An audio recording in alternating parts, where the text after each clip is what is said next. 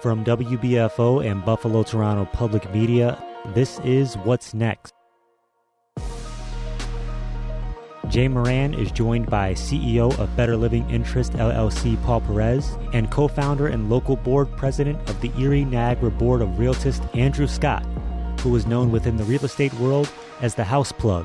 The three discussed the recent announcement of the local chapter of the premier network of Black real estate professionals to Erie and Niagara County and the challenges of home and land ownership within the cities of Buffalo and Niagara Falls. If we can preserve our money and take our money and use it like seeds, right? So the wise farmer is going to plant that seed and give it the nourishment that it needs so that way it can grow. My biggest thing to promote to the community is we need to start focusing on being producers instead of just being consumers. All this and more on What's Next. But first, your local news. This is WBFO News. Erie County District Attorney John Flynn says his office and the offices of district attorneys across New York are in need of more resources to deal with the changes in the state's criminal justice system. Flynn, who is president of the District Attorneys Association of New York, outlined the budget request in a letter to Governor Kathy Hochul. New evidence discovery laws, Flynn maintains, are adding to the costs for prosecutors across the state. He also wants more resources to recruit and retain qualified staff and update technology. A 21-year-old Buffalo man faces a maximum sentence of 25 years to life in prison after he was found guilty of murder in the second degree. According to Flynn's office, on August 16, 2021, Javere Walker fired a gunshot into a crowd of people in the area of Page Street and Lawn Avenue, which struck a 17-year-old female in the chest. The victim was taken to ECMC, where she was pronounced dead. U.S. Marshals located and arrested Walker in Cleveland before he was returned to Buffalo for prosecution. A Buffalo man will spend 12 years in prison for his role in selling fentanyl that led to 2 deaths. U.S. Attorney Trini Ross says on December 30, 2020, an individual identified as NP died after consuming fentanyl at the Moselle Street residence of 60-year-old Reginald Alexander. On February 18, 2021, Alexander was found to have sold fentanyl to an individual identified as JM, who later died at a local hospital. Alexander, who was convicted of a felony in 2003, was also found to be in illegal possession of a weapon. 3 local nonprofit organizations will receive funding boosts as the top 3 winners of the Pitch 10 2023 competitions. The Next Generation United Advisory Board of the United Way of Buffalo and Erie County announced the winners following the event at Seneca One. The first-place $25,000 grant went to Stitch Buffalo, which helps refugee and immigrant women through the sale of their handcrafted goods. Confident Girl Mentoring earned $12,000 for second place, while $6,000 went to the Collaborative Center for Social Innovation for third place. 7 other nonprofits received $1,000 microgrants. 2 foundations are contributing over $100,000 in grants to bolster a local literacy effort. Read to Succeed Buffalo says the Margaret L. Wendt Foundation is contributing $100,000 to support the expansion of the program, which looks to expose children from birth to 3rd grade to, quote, high-quality intentional literacy instruction. The James H. Cummings Foundation has awarded Read to Succeed $9,600 for the purchase of equipment and advanced technology. And state officials say a $483 million investment in bridges, culverts, and other infrastructure will help communities combat climate change. In announcing the funding allocation, Department of Transportation Commissioner Marie-Therese Dominguez said she expects the improvements will make roadways more resilient and better equipped to handle bouts of extreme weather. This is WBFO. I'm Jay Moran. I'm Bridget Jaipal Valenza. I'm Thomas O'Neill White. I'm Angela Preston. We need to get together and let our voices be heard. This is What's Next. A dedicated hour to have important conversations about the issues facing the marginalized and underrepresented communities of Western New York and Southern Ontario. We're going to have some real healing. We've got to have space to tell some uncomfortable truth. What's Next continues our mission to discuss race, equity, and the common concerns of Buffalo's East Side and beyond. In the suburban area, everywhere, we must work and teach our children. And thanks very much for joining us on What's Next. Coming up, a conversation about local real estate. NARAB, The National Association of Real Estate Brokers is considered to be the oldest minority business association in the country. Our guests are with the local chapter and have formed the Erie and Niagara Board of Realtists. It's Andrew Scott and Paul Perez. They'll be joining me for a conversation in just a little bit, but first we have a listen to some of tomorrow's discussion on the project to make over the Kensington Expressway. So right now, let's hear a little bit from Thomas O'Neill White talking with Gina Davis and Terrence Robinson. All right. I'm host Thomas O'Neill White, and on today's episode, we are discussing the state's proposal for the construction of the Kensington Expressway and Humboldt Parkway. With me today is Gina Davis, president of Just Breathe Block Club Association, and Humboldt Parkway resident Terrence Robinson. Thank you both for being with us today. Thank you. Yeah. Project 551252 on the New York State Department of Transportation's website is the state of New York's plan to reconnect Humboldt Parkway by tunneling roughly 4,000 feet of Route 33 between Dodge and Sydney Streets. There has certainly been mixed feelings, passionate feelings, and concerns from the community who would be most affected by this project, which is estimated to cost over $1 billion. And that is residents of Buffalo's east side, and more precisely, folks that live in the neighborhoods around Humboldt Parkway. I've been talking a little too much. Gina, let's start with you. What's the sense you are getting from the east side and Humboldt community about this project? The sense that I've been getting these last couple of days since our meeting is no. The community doesn't want it. And why specifically? What have you heard? The concerns are the homes being destroyed, with the blasting, and the concern of health issues. And even if the city had, and they've had their meetings publicly in the state, not the city. And when the community came out Thursday night, that was some of their first time coming to one of these meetings. And I was surprised that I might have seen one or two that said, I don't think two, that said they wanted the project. It was really, because one guy told me that the girl that came with her, she was all for the project until she got the information that night. So it really made an impact. And not that we want to bash down the project. Life is full of changes and we know that. But we, the community, just want to have what's going to be healthy for us and also economically improving for us and benefit all of us, mainly where we live. Right. And Terry, you've lived in the Humboldt neighborhood for 6 decades. What was the area like when you were growing up, and how has it changed over the years? Wow, that's a span, but there's been a dynamic change, and some of it is you'd have to live through it to understand what it was, but it saw a transition from a predominantly white second, third generation German, American, Jewish inflow to a very dynamic African American community in the second half of the 20th century. About 10 of those years in between was watching that transition, and then I'm seeing another transition happen again in these last 10 years of what was a overwhelmingly African American community into seeing an influx of new folks. So along with that, the institutions, the businesses, the things that make a community, all of that's changed along with that over time. So, and that's the more complex stuff, to tell you the truth. When you look at all of it, it's been an amazing, in short, in my 6+ decades there, an amazing place to live. What makes the neighborhood so dynamic? The people. The people. I mean, and it's always been. But what has interrupted that is this 33 expressway.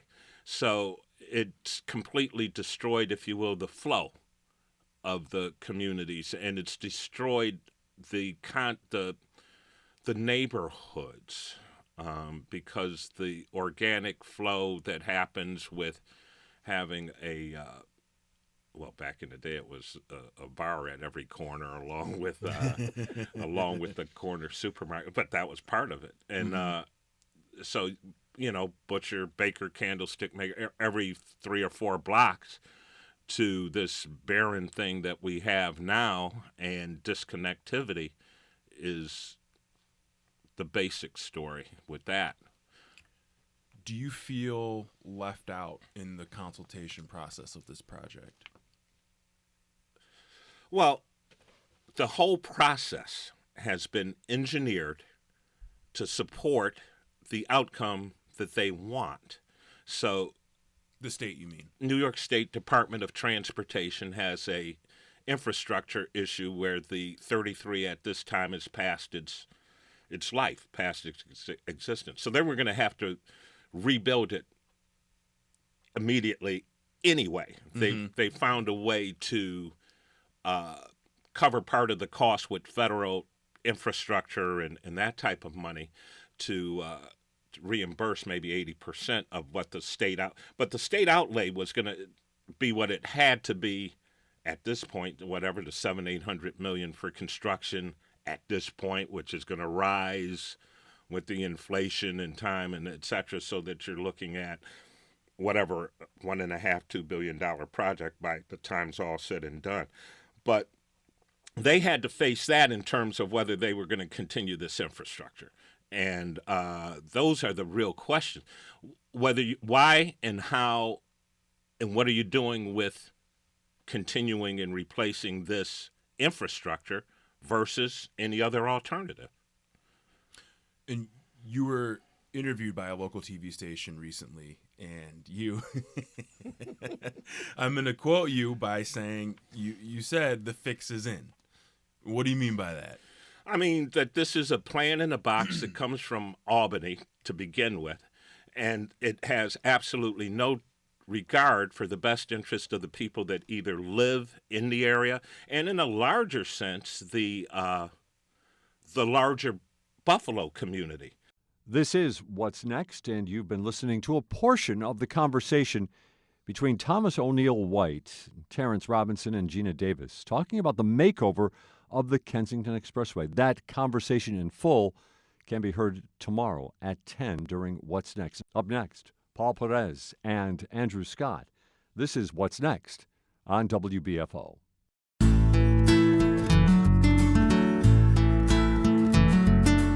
This is the WBFO History Bite, bringing you a peek into significant historical events for the week of October 23rd through October 29th.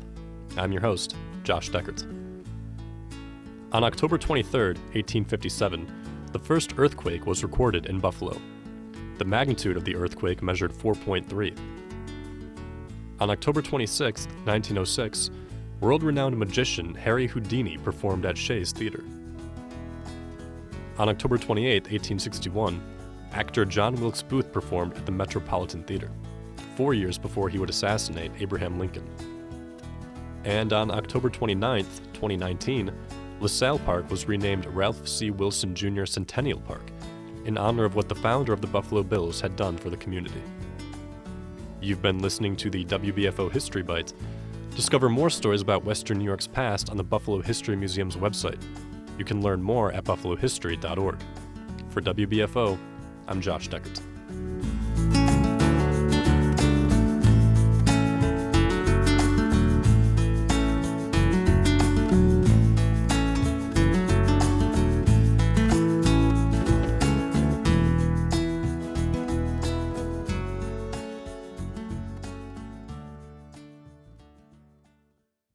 You're listening to What's Next, our place to discuss the important issues of our communities of Western New York and Southern Ontario.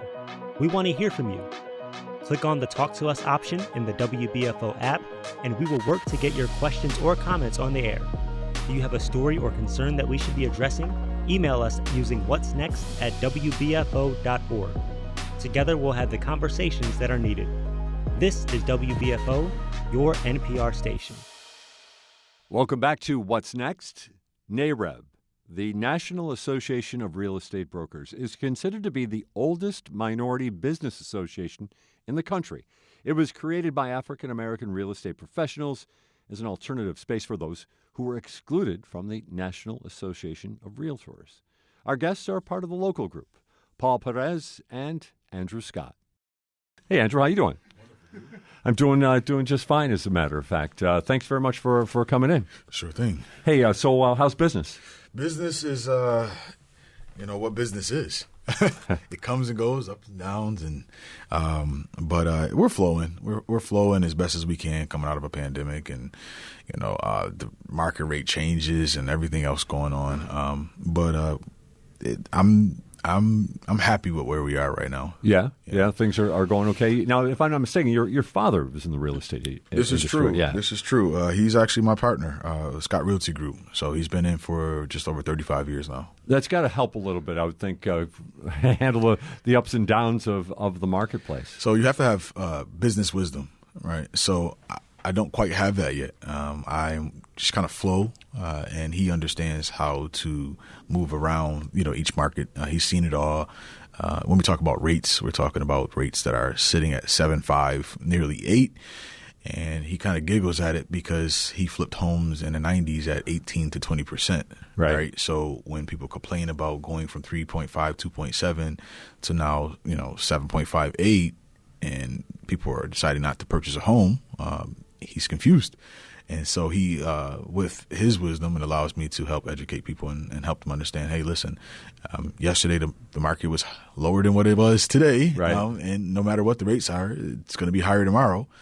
Never been in a time in history where the rates were not, fluctuating. Right. But one thing we did have seen is that trend says that the market will go up. So you can chase the rates, but then you're going to lose on the dollar, right? So that alone, helps me get through the ups and downs. But the ups and downs are the same, Are we still seeing, I was mentioning this while we're waiting for you guys to join us, the anecdotes, the stories that I've heard, house goes on the market, bidding wars kick off. Is that easing up now? So to be honest with you, the early part of the bidding wars happened organically. Okay. But as I was talking to my trainee yesterday, I was explaining that at this point in time, the bidding wars are actually intentional. So we're creating the bidding wars. And I'll tell you how. Please. A couple of different tactics we use that work together to create the bidding wars.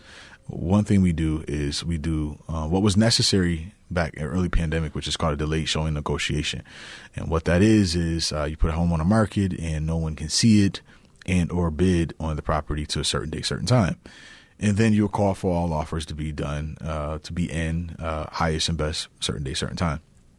It was necessary at the time because we weren't able to go into the homes in groups as we were previously. Open houses, you have 30 people in a house.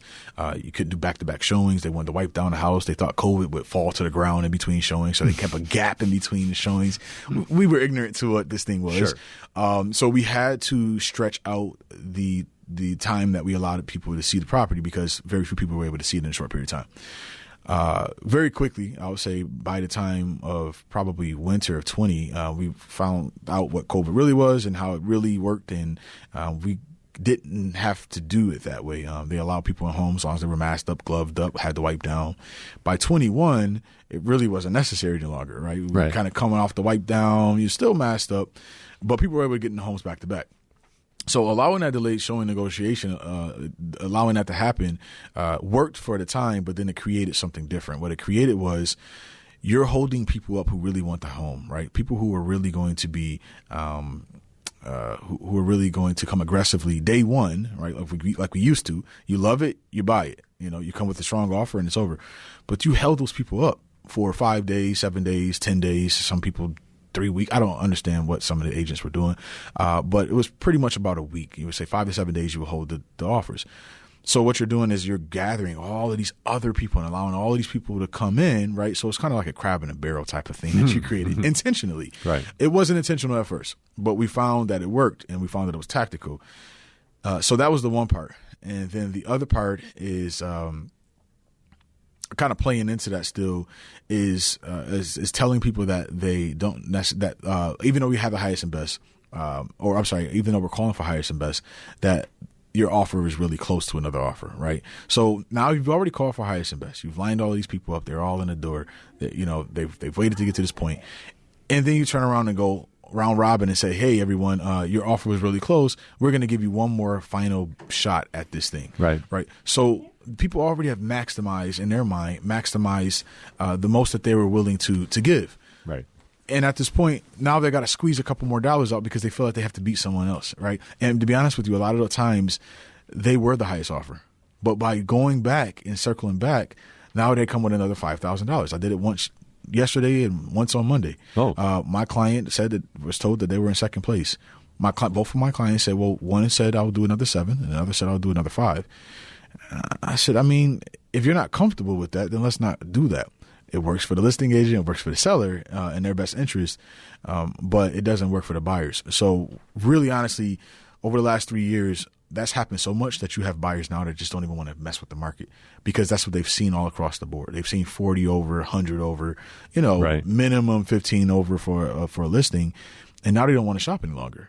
So it worked, right, for the time that it worked for, but it's caused issues, and it now is causing the market to shift inorganically. So now you have buyers that are not even going to shop right now until the market, quote unquote, cools down.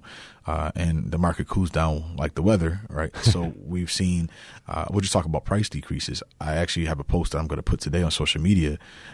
In the last 7 days for the single family market and the Erie and Niagara region, I've seen 537 price decreases. Really? In the last 7 days. So a major change that's happening right now. I've never seen more than 300 in a week. Right. And that's a lot. Wow. With the same new single family homes, there have been maybe 800 that went on the market in the last week. We're usually at about 11 right now. So for only 8 to go up, but 500 to drop in price, that shows you that the market is shifting very quickly. It's, again, I can show you trends over 20 years where every year, same time of the year, the same thing happens, but not to this degree. So when we're talking about the market shift, it's here. It's now. We're going to slide from this seller's market that we've been having for the last 3.5 years into a plateau market. And I'm looking at probably within the next 2 years, we're going to shift to a buyer's market. Wow. We've got a lot to talk about here. Yeah. We're going to get back into it here. Andrew Scott with us. Also, Paul Perez will be joining us coming up in the next segment as well. We're talking real estate here in Buffalo, and we'll be back with more on What's Next right after this. Explore the intersection of music and mental health with Mindful Music, hosted by mental health advocate and educator Carl Shallowhorn. Listen to guests share how they use music to express their inner nature and manage their emotional well-being. Listen to Mindful Music on Saturdays at 4 p.m. and Sundays at 8 p.m. on WBFO. Attention, parents and teachers. Find free learning resources, including lesson plans and videos for all ages at pbslearningmedia.org. You're listening to What's Next, our place to discuss the important issues of our communities of Western New York and Southern Ontario. We want to hear from you. Click on the Talk to Us option in the WBFO app, and we will work to get your questions or comments on the air.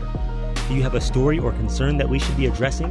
Email us using whatsnext@wbfo.org. Together we'll have the conversations that are needed. This is WBFO, your NPR station. And welcome back to What's Next. With us, we have Andrew Scott and also Paul Perez. We're talking about real estate, and we're most certainly getting into a lot of interesting things here. When we went to break, Andrew talking about trends. Maybe it's plateauing into getting closer to being a buyer's market once again here in Buffalo. But we'll get into that a little bit. Paul, thanks for joining us. Peace, everybody. Buffalo, Niagara Falls, Toronto. We in the house. What's going on? Always love your energy, sir, and thanks for bringing it to us. A lot to talk about. One of the things I saw about the local chapter of the premier network of Black real estate professionals on Instagram. You guys you're having an initiative about trying to get Black appraisers. Yes. Is there really? I mean, are there no Black appraisers right now? Is that possible? I've looked under every house, under every building, above and beyond, and I cannot find one. And I think that is detrimental to our Black communities or communities of color just in general, because we do not have anybody that is essentially measuring the value with a lens of the true value of the community. And it really hurts us. You know, unfortunately, lending is racist in very, very various ways. Yeah. And we need to make sure that we have people in place that understand the community, are either close enough to relate to, yet ahead enough to follow true leadership, right? Definition. Right. And that understand the inequities that are going on. So when they're at these people's properties, doing cross comparisons in regards to the properties in which these people are trying to buy, they're getting a fair, equitable value, not undervalued or undersold just because that is what the purchase agreement was or what the bank really wants the criteria to be, so that way they can have more built-in equity on that asset. It's interesting because I don't know, and I think this is one of those types of issues that when you start looking at race and racism, you don't think that an appraiser would have any real issue to the impact of this. But what you're telling me is because they lack certain, they lack a certain experience, for lack of a better term, or experience in certain neighborhoods, that what might be happening is not fair. Yeah, 100%. 100%. We're all human, right? So we all have our biases that come into place. And you're talking about measuring someone's value of their asset. And it's very much not black and white. We live in a very gray world, especially within lending. And there's a lot of what I will call discretionary powers that come into play. And that discretionary power, if not utilized fairly and equitably, right, can be detrimental to a family and a family's generational wealth. One of the biggest purchases that a family ever makes in America or worldwide typically is them purchasing a home. So if you're undervaluing someone's property, then you're really just decreasing their bank. Right. And making it really difficult for them. And not only just for them, but for their neighbor, for their neighbor's neighbor's neighbor. Because now this becomes the set price for that group of homes. Yep, it becomes the set price for that community. And then now you will never see, even though this house has the same amenities, it has maybe the same walking distance to, the same supermarkets, laundromats, whatever may have you, you won't get the same value because you happen to be a Black or Latino family living in that house. And it's not just indicative to one specific community. It gets generalized in a bigger community. However, it could also just happen to each individual household. I live in North Buffalo. I'm blessed. I'm grateful to have that opportunity to be in that neighborhood. Again, coming from the South Bronx, I tell people that's the equivalent of the Broadway Fillmore in Buffalo or the Kensington and Bailey of Buffalo. And it's like, if you're a Black or Latino person, unfortunately living in North Buffalo, your house might be devalued just because you're living there. Even though you got new siding, you have a whole new bathroom, you have a whole new kitchen, because you're Black and Latino living in this neighborhood, your house is not worth the same as your white neighbors and counterparts. That's, I'm going to use the term unbelievable, but I should believe it because I'm hearing it first from somebody who understands it much better than I do. I just want to take that, though. When an appraiser comes in to a situation, do they have to know who the owner is, anything about them specifically?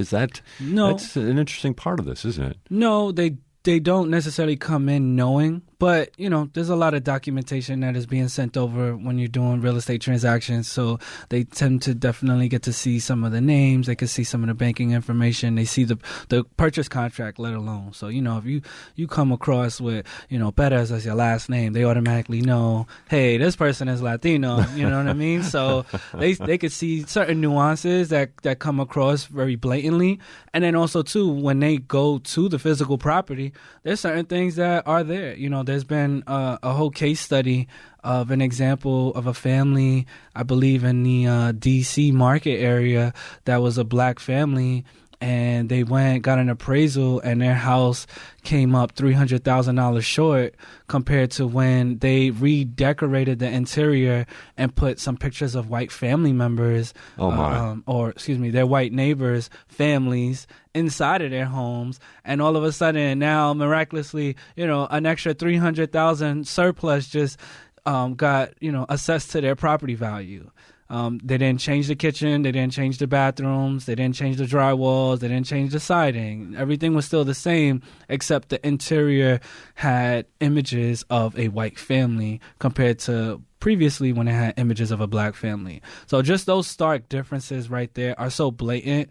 And we have formed the Erie Niagara Board of Realtist, local NARAB, National Association Real Estate Brokers, chapter here in Buffalo and in Niagara Falls, to service Erie and Niagara County to address these inequities in real estate. We're about promoting democracy in housing at the fullest extent. And just to back to the appraiser part of this equation, interesting to note that last year in the Buffalo and Niagara region, appraisers made $2 million in fees from their transactions. None of those went to people of color. Hey, man, there's money to be made. That's the other part of it, right. There's money to be made. I tell people, we had actually one of our general interest meetings. We were able to get, through the president, a appraiser. What's his name again? Lawrence Hurlin. Yep. So he came out and he gave us a great in-depth presentation about what an appraiser is, the type of work that they do, how do they go about their comparative analysis, even what's the differences and the tiers of doing residential all the way up to commercial. And there is a tremendous amount of money to be made. Unfortunately, even within his community and for his family, he kept alluding to there's still not enough appraisers, period, in the market. So there's just a massive shortage with that. My nervousness that I have with it is not just about what the current situation is, but also what the future might be with including artificial intelligence. So we might start looking and seeing, brokers such as now Zillow or Redfin and Realtor.com starting to go into the landscape of real estate, selling of homes, right? And removing your everyday realtor or removing your everyday realtor real estate broker, and then also now filling in the gap of appraisal shortages by doing automated appraisals that are generated through artificial intelligence. And if unchecked, we can see even larger inequities and more consistent inequities. And then what we're going to do, blame it on the machine, blame it on the operating system? Right. You're going to have to go to the source. Well, who created this, formula? Who created this calculation for the AI to say this property is assessed at this value compared to the other one? So it's a very scary situation, but we are definitely heading this, full frontal. Try to get out in front of it. Yeah, as a collective, and we're appreciative of that. And we're also offering sponsorships too. I don't know if that was alluded to, but we are offering some sponsorships for our members. So if you join the Erie Niagara Board of Realtors and become a member, we will get you connected through the Appraisal Diversity Institute training. Oh. And the president could speak more to that if he would like. President Scott, yes, please. Yeah, so thanks. I'm happy you touched on that. I want to touch really quickly on the AI. So to Paul's point, the vice president kind of mentioned how we lean on technology as kind of the safe haven, right? So we say, oh, well, the computer did it, so it wasn't me. Right. they're at our national annual convention that happens the last week of August into the first week of September every year in a different city. This year being in Houston, where our president, Dr. Courtney Johnson Rose, is out of. They had a seminar that I didn't actually go to, but Paul told me a bit about it, and I've actually spoke to someone specifically who was in that AI space. The gentleman is a local guy, and he has a great conversation about how the algorithms still do what we do, but in a technology way, right? So although you kind of plug and play, the algorithms understand it can figure out the genetic makeup of the individual. It can figure out the ethnic makeup of the individual. And between those two, as well as the income and the area by which the person is at, it knows what you are. So it can identify, and then based on that, it can go back and look at the historical trend of people that look like that, right? So if we're talking about race or ethnic background, we're talking about gender, we're talking about creed, we're talking about marital status, sexual choice, all of the fair housing, right? Everything that counts as fair housing, the computer knows that, and the computer looks at the trend and says, well, this looks like it's a 36-year-old black male, divorced, 4 children. I'm just using myself as an example. Makes $100 a year and based in this Buffalo area. Oh, so let's go back 3 generations, and generationally, this is who they are. This is what they do. These are the decisions they're going to make. So that's not going to be a good subject matter, especially. So we're talking mortgages and appraisals. And so when he broke that down to me, I said, that is really interesting, because that's exactly what algorithms do. Algorithms know who you are just by the simple information that you put in. So for us to leave it to a computer and then just laissez-faire, that's not the answer either, right? So there needs to be a check and balance system when it comes down to that, and we're going to find that to be a problem very soon. So we're going to have him come out and speak to us in January to that. We're a little ahead of it, but we want to remain ahead of the curve because we need to kind of be in a defensive mode for those things when they come down the pipeline.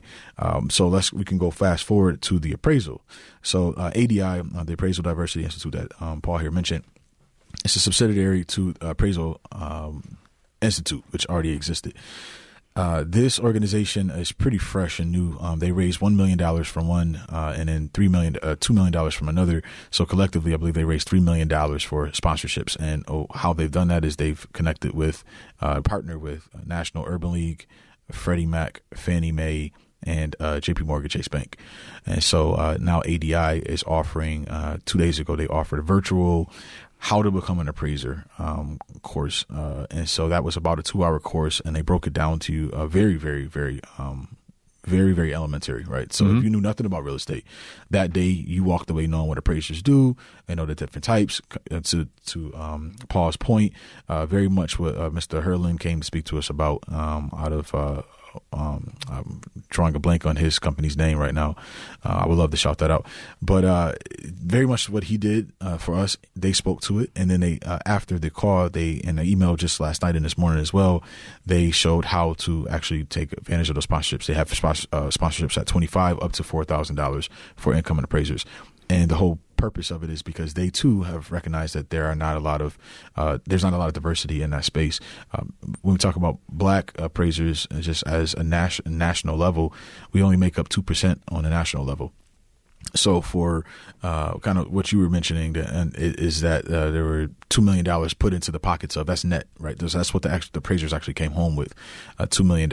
And what I saw was just over 8,200 transactions happen on a different type of finance levels in our market area, just in the Erie and Niagara market. We're not talking about the other counties. Right. We had a long call with someone from Monroe County today, speaking from the standpoint of Rochester, even though it's Syracuse.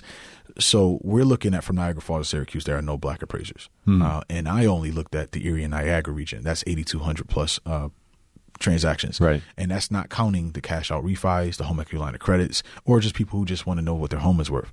So we're probably talking an upward of maybe 10,000 actual transactions. Not one black person had their hand on it. So this Diversity Institute is covering, back to the fair housing. They're making sure that people of all positions and from all backgrounds have an opportunity to come in. They did mention the fact that 95% of, I'm sorry, it was a 95. It was 90% of the appraisers nationwide are white, and 76% of the nationwide appraisers are male. So it's very dominated, right? By so there's a stereotype for it, most definitely. And so we are kind of coming on the tail end of what they're doing, partnering with them. We met them at the National Association annual conference, and from there we built a connection with them and also the individual that's the liaison for Fannie Mae, and he said that he was going to send someone here to Buffalo for our April 13th Community Day, which is in our Generational Wealth Expo month of April, to speak to our people about what they're seeing from a lender's perspective. So it's really exciting to know that other people have thought about what we're thinking about, right? And there are actually initiatives that are already in place. There are actually philanthropic money that's already being put up. So we are kind of the liaison from ADI to the local level to say we want to see more people in the space. And so what we're doing is we looked at 38 companies here in our immediate region that are appraisal companies. I've called a number of them and asked them if they had people of color working in their companies, and the answer is no across the board. So what we're doing is we have a campaign. It's on our social media platforms, and it started with that virtual How to Become an Appraiser seminar that they had. Right. And we're looking for 38 candidates. We had 9 candidates on that call that day out of 12 that said that they were interested, but we're looking for 38 candidates. And the 38 is just to make up one candidate per appraisal company. Just to say that we try to infiltrate that market. Out of that, if we get one, that's a win. That's a big win. Let me ask you this, and it might be difficult from your perspectives, but we know that an appraiser, if we go through the stats you just went, he's probably white. He's probably a man, right? Mm-hmm. But in terms of characteristics, what makes an appraiser? What kind of qualifications? You got to have training, obviously, but are there some skills, some talents that an appraiser needs? I mean, who should be? Who are the candidates that we want to get to be one of those 38? What would you say about that? Would you want to be an appraiser, Paul? Yeah, if I had the time. I think for myself and Andrew and I, and doing the work that we're doing with our Erie Niagara Board of Realtist chapter, that is pretty intensive.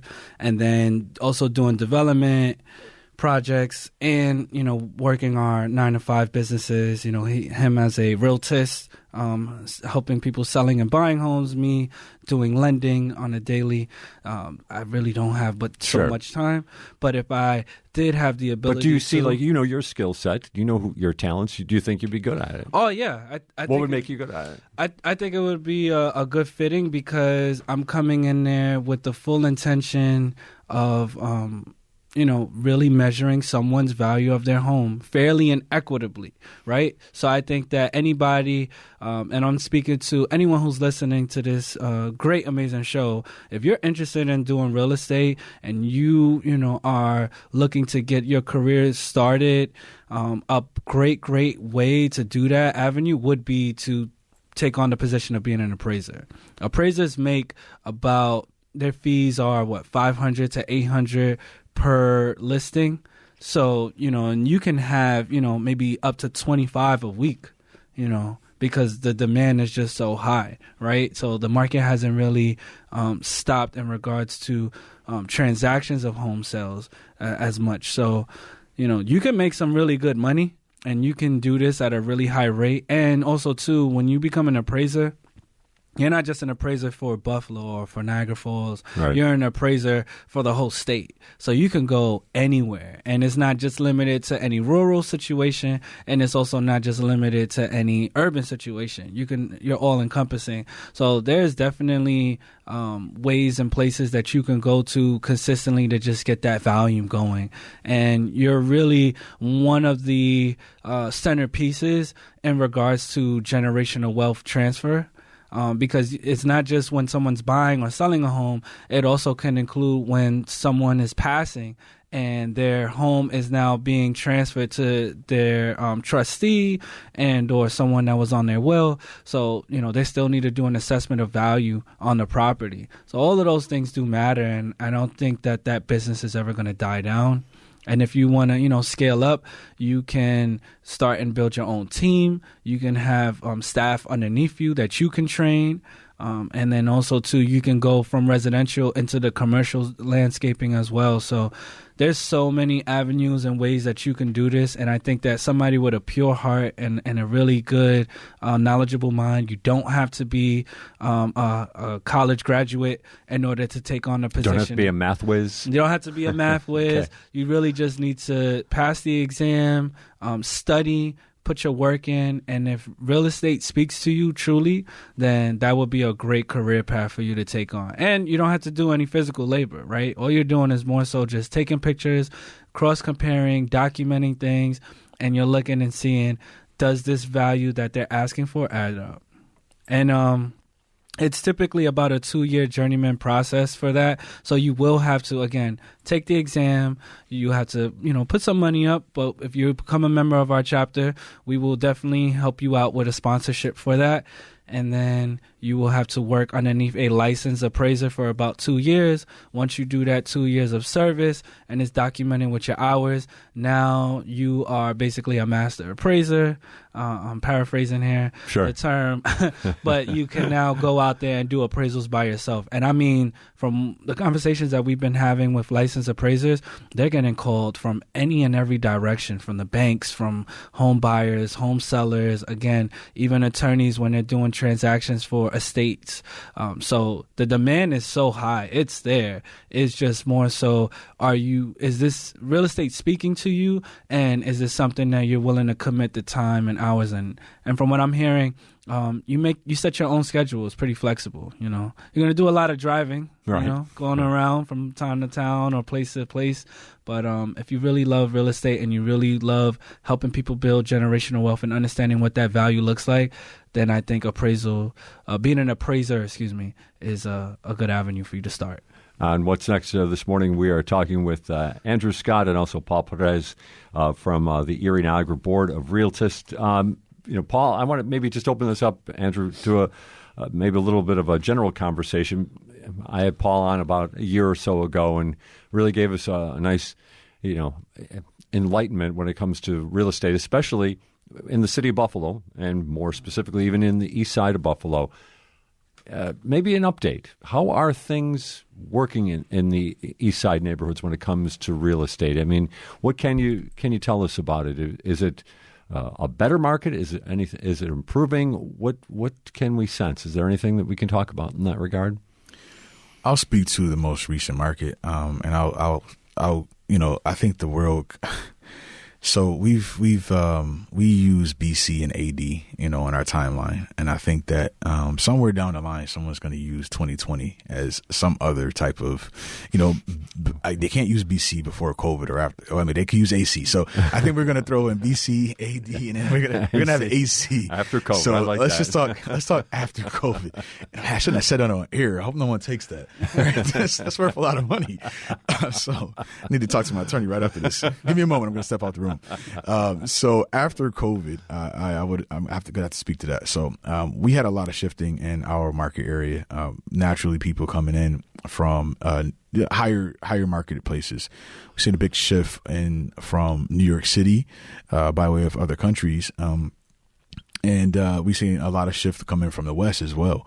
So I've never sold this many properties to California buyers, Colorado buyers, Wyoming, Nevada. Then there's been some traffic from Texas as well as Florida. And since we're talking to our brothers and sisters up north, a lot have come down as investors from Toronto. So I worked very heavily early pandemic in Niagara Falls. I've been pushing Niagara Falls for a while. All right. Been trying to tell people it's a gold mine. 30 million people come to see it a year.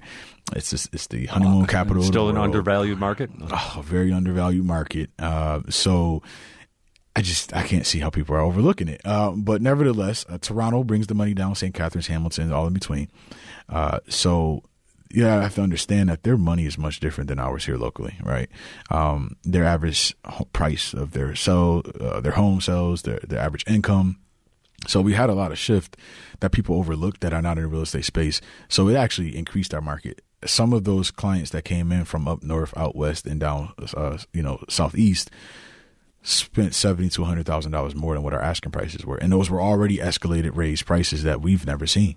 Okay. So our market is up because of the rush out of, again, a highly populated area. All investors? These are all no, not necessarily? All investors. Okay. No, so I had 3 San Diego. I don't know what's happening in San Diego, but 3 San Diego teachers come here to work as BPS teachers. So there's a shift just for out of San Diego specifically alone. Maybe they were friends. Maybe I don't know. Right. Maybe they're all in one school and all decided at the same time. I don't know what happened with that. It was very rare. So one flipped to them, one investment property to the other that they were going to live in, owner occupied investment property, and the other was a single family home. Okay. But the one that I did pay attention to was the investment property. They spent, the flip that we had, that is an investment property. They spent $263 for a property on the west side of Buffalo. It was the highest house that was sold in that immediate market area. And they didn't sneeze. But when I looked at the sale of their home, which they said was a small home in San Diego, I understood why, right? So their market is 5 times higher than ours. Wow. And that was a lower end market where they're coming from. So our problem is that we are so affordable that it makes it too easy for others to come in and kind of wipe us, right? So I'm not rushing to get Buffalo up, and especially the taxes either, to the point that the vice president made. Every month on the first Thursday of the month at 6 p.m., we have a different guest speaker at our general interest meeting. We're looking at the city of Buffalo's assessment office to come out this November 2nd to talk about the taxes. So we're still one of the lowest tax cities in America by far. Right. By far. Our highest taxes are some of the lower taxes in some of these cities where people are coming from. So for every reason, this city is still very affordable. And so the market changed because people from higher priced areas are coming in and living affordably. And I'm not complaining about it, and I can't knock them for it. Right. If I can go somewhere and live great and live well and still be able to afford, I don't know the exchange of a San Diego winter to a Buffalo winter. I don't know if they realized what they were doing there. But the market shifted for not just for COVID reasons and other things that people like to talk about. It's because we're just so affordable, and that those places had some major issues happening during those 3 years, right, during that time. I see that the New York City people came over because New York City is so jam-packed full of people that they did not want to be there while COVID was happening. Literally, I've probably sold 40 homes to people who said, I have to get my family out of New York City because we need to be able to breathe. And this thing is wiping our families out. So they literally came for survival reasons. And that just popped our market. So our market is up clearly probably 37% right now for the last time I checked than what it was in 19. And that's a huge jump. Wonderful part is for the homeowners that did own prior to, there's equity in the homes now. Problem is that some of those same people who owned a home or were renting at the time are now worried about the next generation being able to afford to purchase in the area. Mm-hmm. So that essentially looks like gentrification. Maybe not intentionally, but it is what it is, right? And unfortunately, some people are ignorant to the real definition of gentrification. They misunderstand it, and they always blame it to a race or ethnic thing, and it's not. It's just simply someone coming in and increasing the market area so much so that it makes it difficult for those who were in the market area to be able to afford to continue to live there. And it can look like anything. Right. Sometimes it's the same people that look like you, right? And they just happen to come from another area or from a wealthier position. But the exchange of it is always like a value add, right? So there's always new amenities that come. They tend to start new businesses, right? There's a value add. They tend to keep up with some of the properties better because they can afford to, right? Sure. The driveways are done, the grass is cut, the roof is nice, the structure of the home is great. They sided the home, new windows. I mean, there is a pro to every con, right? You have to find it. And some people just ignore that. Right. But the one thing I've said, one of our mantras, and we have a few mantras with our local chapter, but one of my personal mantras is that, gentrification only happens without your participation. So if you're involved in the change, right, and instead of running from the change, that's going to happen. If you're involved in the change, then you can't really call it gentrification, right? Because you were a part of it. The whole thing about gentrification is that you were not a part of it. No one asked you to contribute. You had no parts. It just happened, and now you're cut out. Right. So we've seen that happen, and we're talking about East Side, right? So, or East Buffalo to be politically correct now. Well, so right, so East Buffalo, and here in Buffalo, New York, is like many East Buffaloes, East Sides, I should say, of other cities. We just spent the week in Detroit for the United Developers Council Conference. It's an annual development conference underneath the National Association of Real Estate Brokers, and we were in Detroit, seeing very much what Buffalo looked like 10, 15 years ago, hearing the very same stories on the east side of town. Most urban cities, you'll find that the east side of town seems to be that problem city, or that problem area of town. And the same thing's kind of happening all across the board in other cities. So we're not so victimized that we miss, that other cities are having the same problem. It's just with our Erie Niagara Board of Realtors, we're here to really do a couple of major things, and that's empower our members, elevate our community, and enrich our brand. So as we build our businesses, as we support the community, we are looking for why things are happening, and we're solutionists by nature. So while things are happening around us, we just kind of want to put ourselves and position ourselves into the right places to figure out, how we can help. So our one initiative is what we mentioned about is the appraisers. Right. The second initiative is building Black developers. We find not enough. Not enough. The city of Buffalo owns 5,000 vacant lots, and they own several thousand more structures in addition to that. So being that the city owns 8,000 plus properties, we're wondering why are there so many vacant properties? And so we are going after some of the land, and with the education of several developers and with the support of several CDFI, community development financial institutions, we are going to start developing in the spaces that exist. The development that is happening is unfortunately happening at a rate that we can't control, and by people that are not from the area. And more specific to the community, we'll talk East Side again. It doesn't look like the developers don't look like the people who live in the community, right? And so they have a very serious problem with that. We're coming down to our last few minutes here, and I think we just touched on a pretty meaty part of this conversation. But just a thought about it: what two gentlemen here who are deep in the real estate market here in Buffalo. You're talking about the vacant properties. That's something that kind of comes up in a lot of different conversations. What would you be in favor of doing? Is there a policy that you'd like to see the city to do here, Paul? Oh, yeah. We look at best practices because we come from a, national organization. We really look and admire our local chapters in Houston, Atlanta, Charlotte. These are Black Mecca cities in the U.S. They happen to also be in the South, right? So many people think, that's in the South. There's all this segregation, there's racism. Yeah, but the blacks are actually thriving at a high level because they're working together and they understand cooperative economics. I think that the northern cities, specifically Buffalo, kind of has fallen short to that, and we need to revitalize that. We need to bring back that renaissance. We're actually the second most segregated city in the country, and that's something that has to be acknowledged. The top shooting massacre that had happened, we only have one major supermarket in the east side of Buffalo. That's a third of the city.